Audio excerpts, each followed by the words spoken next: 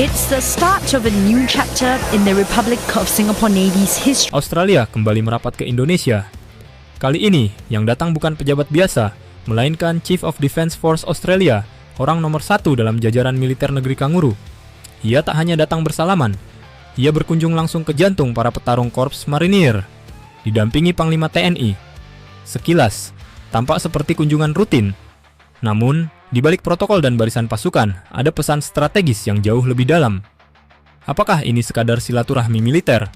Ataukah bagian dari upaya Australia memastikan bahwa kekuatan di selatan tidak bergeser terlalu jauh ke arah Jakarta?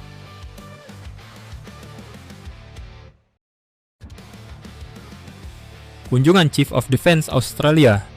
Pertemuan itu berlangsung di pertengahan Oktober 2025. Dalam agendanya, kedua pihak membahas kerjasama keamanan maritim, latihan gabungan, hingga mekanisme pertukaran intelijen laut. Tapi menariknya, kunjungan itu dilakukan tepat saat Indonesia sedang mempercepat modernisasi militernya. Mulai dari jet tempur Rafale yang sudah memasuki tahap produksi, J-10 yang kabarnya sudah resmi diakuisisi, fregat PPA Brawijaya Class yang kini aktif beroperasi, hingga proyek fregat Merah Putih dan kapal selam Scorpion Evolved yang akan menjadi simbol kemandirian maritim nasional. Waktu dan tempatnya bukan kebetulan. Kunjungan seperti ini biasanya terjadi ketika kekuatan baru sedang tumbuh, dan tetangga ingin memastikan semuanya berjalan dalam kendali diplomasi.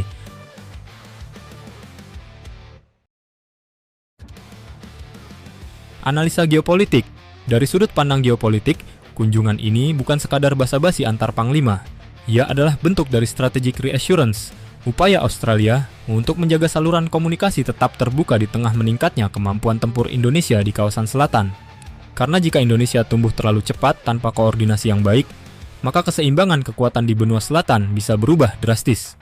Bayangkan, dua kekuatan besar di kawasan sama-sama menguasai laut, udara, dan wilayah kepentingan yang saling berdekatan.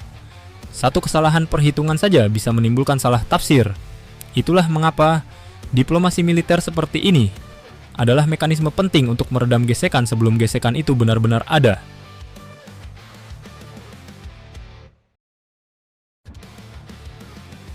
Gerak sunyi Singapura dan Malaysia. Di sisi lain, kawasan Asia Tenggara juga tak tinggal diam. Singapura, seperti biasa, bergerak sunyi, namun cepat dan tepat. Saat Indonesia mengumumkan pembelian kapal selam Scorpion, Singapura sudah menyiapkan langkah antisipasi.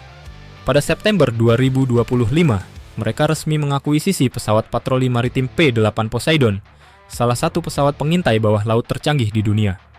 Kemudian, ketika Indonesia sibuk membangun fregat Merah Putih, Singapura meluncurkan MRVC Victory, kapal perang generasi baru yang mampu beroperasi otonom dan multimisi. Sementara itu, Malaysia berusaha mengejar, tapi modernisasi militernya masih tertinggal cukup jauh. Program LCS mereka baru setengah jalan, dan belum mampu menandingi kecepatan modernisasi TNI maupun Singapura. Peta kekuatan kawasan pun kini semakin jomplang. Indonesia dan Singapura berada di depan, sementara Australia tetap berupaya menjaga agar jalur komunikasi tetap terbuka.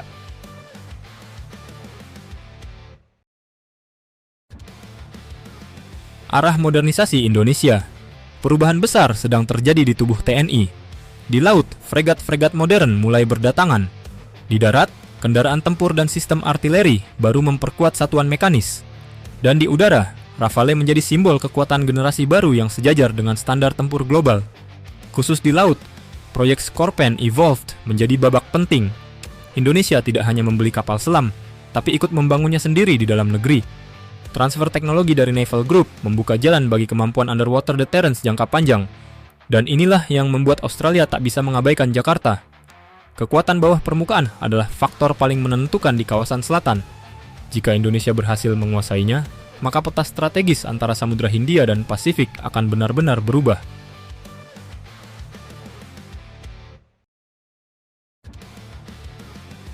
Keseimbangan baru di selatan.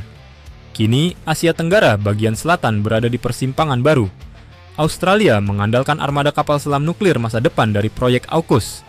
Indonesia membangun kekuatan konvensional yang semakin mandiri. Singapura memperkuat sensor dan intel maritim. Malaysia berupaya menutup celah, meski langkahnya masih terbatas. Dalam lanskap seperti ini, hubungan antar militer bukan hanya soal kerjasama. tetapi juga manajemen kompetisi. Kunjungan Chief of Defense ke Indonesia menjadi cara Canberra memastikan bahwa kompetisi tetap berada dalam batas aman, bukan berubah menjadi konfrontasi. Karena bagi kawasan ini, stabilitas adalah kekuatan dan komunikasi adalah fondasi dari stabilitas itu sendiri.